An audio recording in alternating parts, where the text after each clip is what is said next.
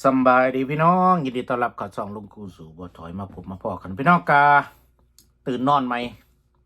เมื่อคืนนี่นอนดึกเนี่ย นอนจนเกือบแจ้งแหละตื่นมาก็เลยก่อนจะออกไปเวียกเลยกินข้าวก่อนพอดีได้ไก่มาตั้งแต่แองเกรดพวกไก่ก็เลยมาอุ่นตุ๋นไก่ต้มไก่ ใส่ยาสมุนไพรนะมาก็เลยสิกินกับแจวแจวอย่าง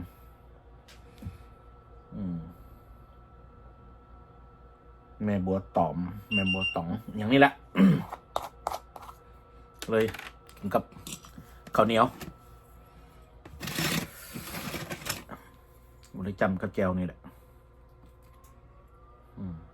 เบิดปุ่นเนาะจะบเบิดไว้เป็นทรงสิเผ็ดอยู่ออกมาเบิดเลยกินบ่เบิด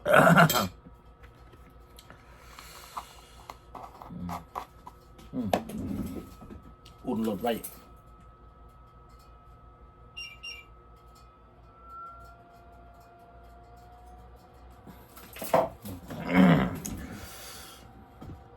นะพี่น้องมาบ่ลายใหญ่ห่างนะบ้านนี้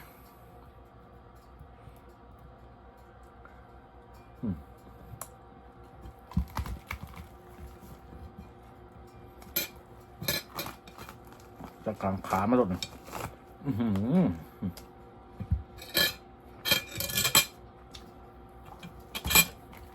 โอ้หนังมันเหนียว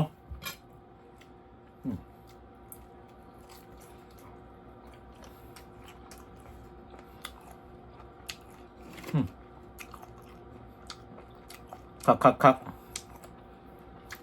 จริงเขาให้แจวสมก็ได้แจวนี่มันก็แซ่บขึ้นกันแจวบอง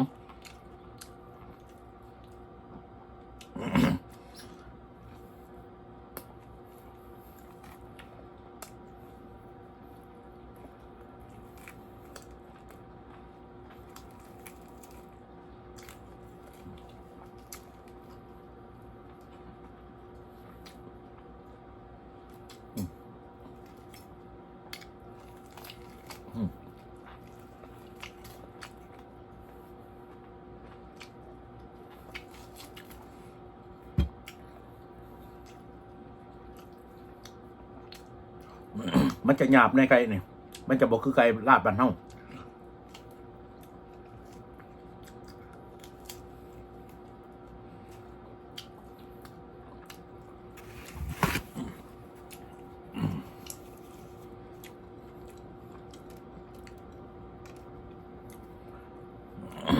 แต่แซ่บ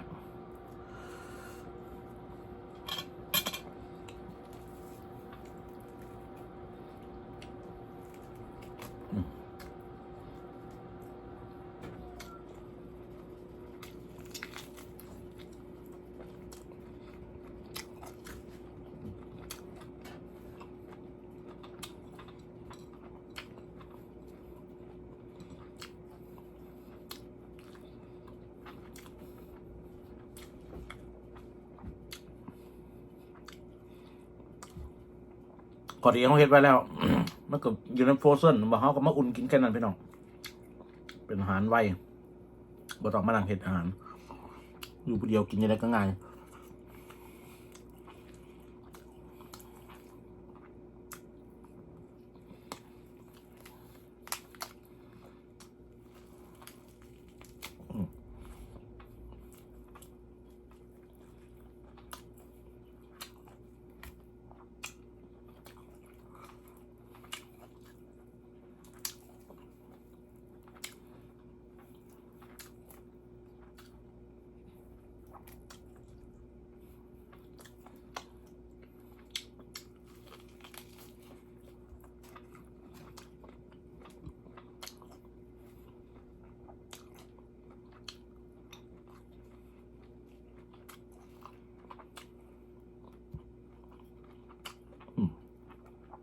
ดันแจ่วมันเผ็ดแห้งยังก็ไม่ได้กิน พวกขาบคนกินเผ็ดได้บหลายจนนี้จะแซ่บพอดีไป ก็สำหรับผู้มักเผ็ดมันบ่คัก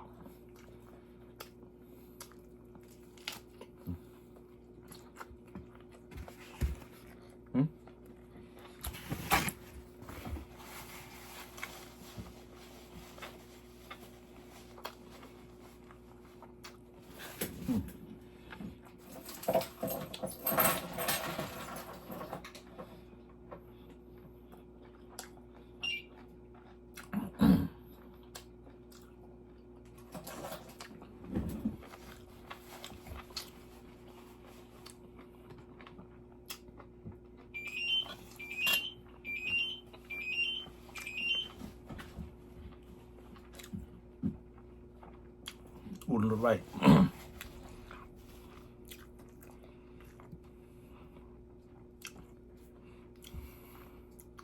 โอ้ครับ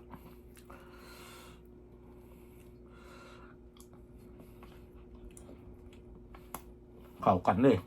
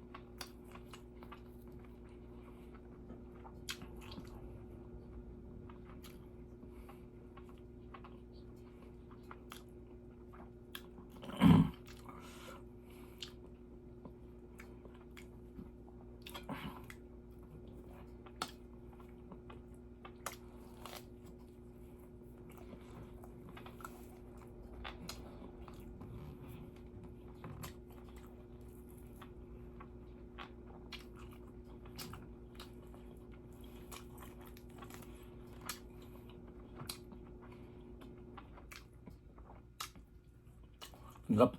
แจ่วสมให้แจ่วสมกระแซบเป็นทอดแบบบ้านเฮาเนาะพี่น้องเนาะต้มไก่ใส่ใบมะขามอ่อนนะ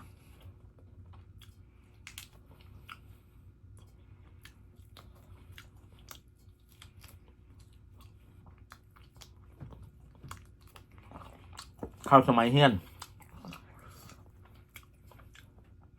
ไปโรงเรียน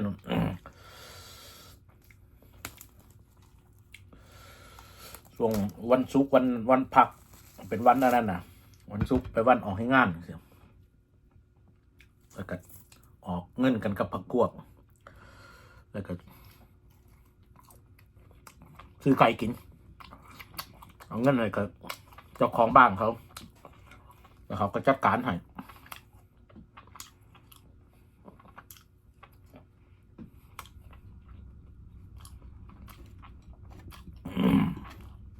บ้านเพื่อนใกล้โรงเรียนเด้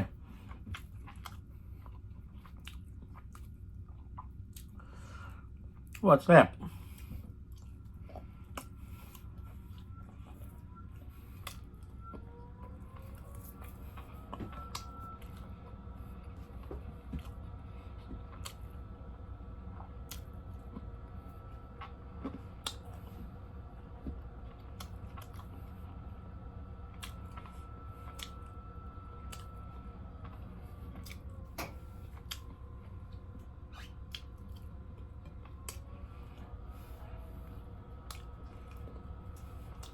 สุดมันขาวเลยพี่น้อง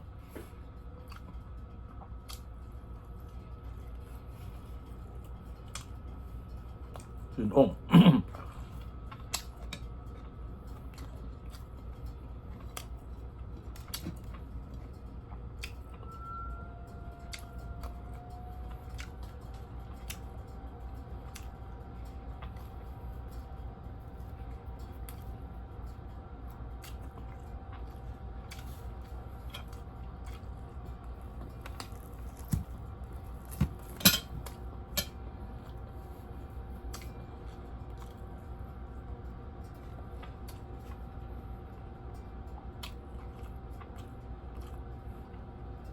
ข้าวเหนียวแป๊บเดียวก็แน่นเนาะ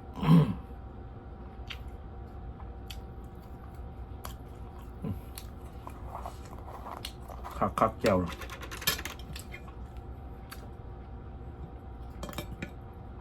อย่างมันเผ็ดจริงๆพอดีปกติพวกขาได้แก้วมาส่วนมากมันจะเผ็ดโอ้ยเผ็ดจี๊ดอ่ะตัวนี้พอดี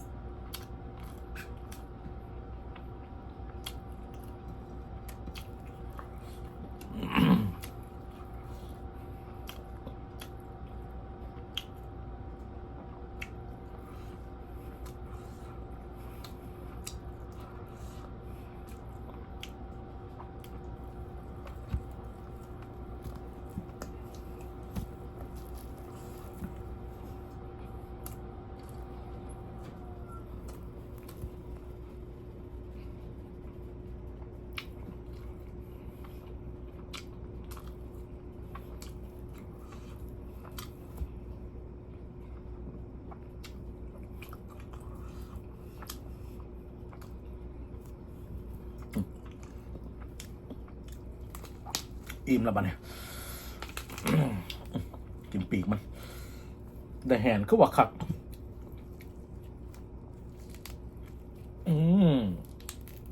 สมเอิญก็หยาบ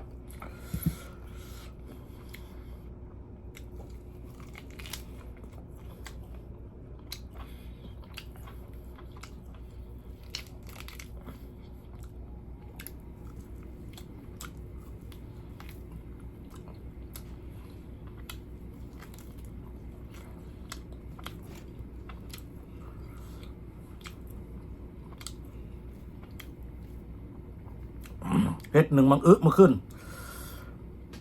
อยากกินมังอึเผ็ดหนึ่งที่ว่าไม่ใช่รสชาติแซ่บ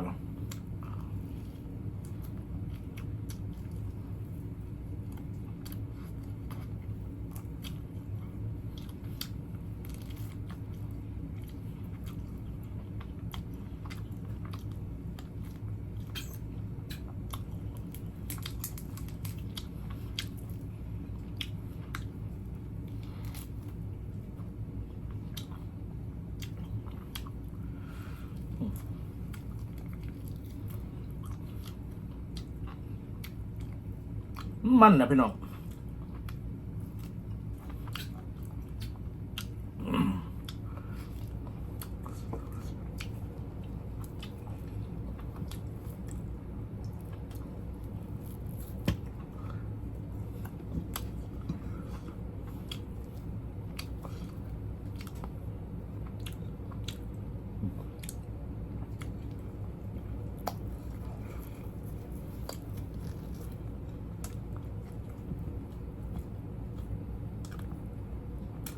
อิ่มปะ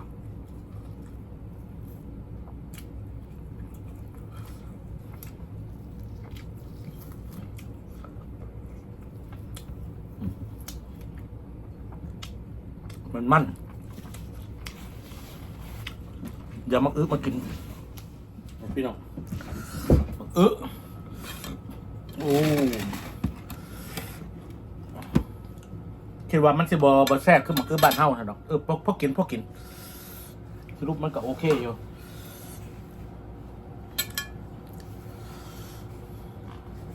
แซ่บอยู่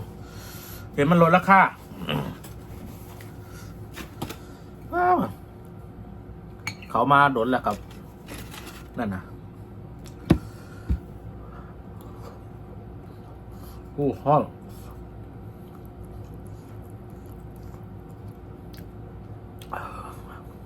มัน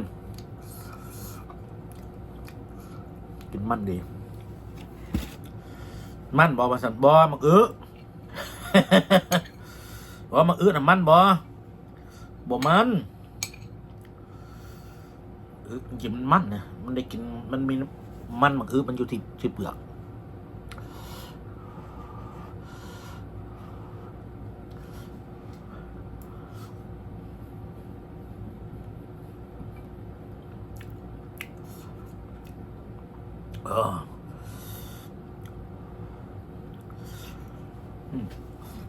เผ็ดอยู่ได้หรอว่าอะไรกันเดี๋ยว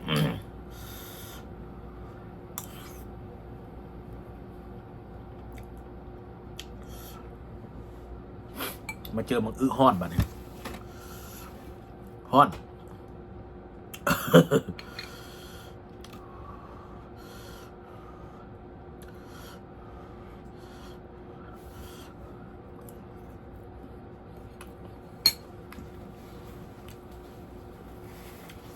โอเคไปน้อง